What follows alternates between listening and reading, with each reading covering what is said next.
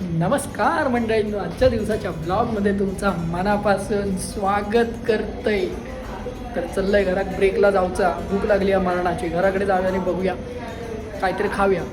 घराकडे गेले आणि बघले तर आवशीन मस्तपैकी डब्यामध्ये पुरणपोळी बनवून ठेवलेले होते. माका सांगले खाऊक सुरुवात कर. मी गेला आणि मस्तपैकी खाऊक सुरुवात केलंय.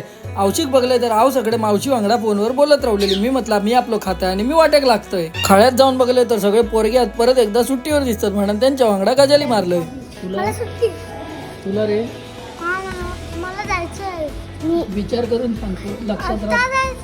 आता जायचं माझा. तुला मी सुट्टी घेतला उद्या बालवडी खेळायसाठी सुट्टी घे. माझी तर ब्रेड उडत जा एकदा बकरीचा आवाज काढ. अरे बाप, सगळे प्राणी अवतरले. नाश्ता करून झाल्यानंतर जिम मध्ये जाऊन बघलंय तर ज्यांनी आपणाक व्यायामशाळेतला वायचवाय शिकवल्यानी ते आपले गुरुवर्य चंदनबाई आपणाक भेटा गेलेले होते. अरे काय कर ट्रेंडिंग.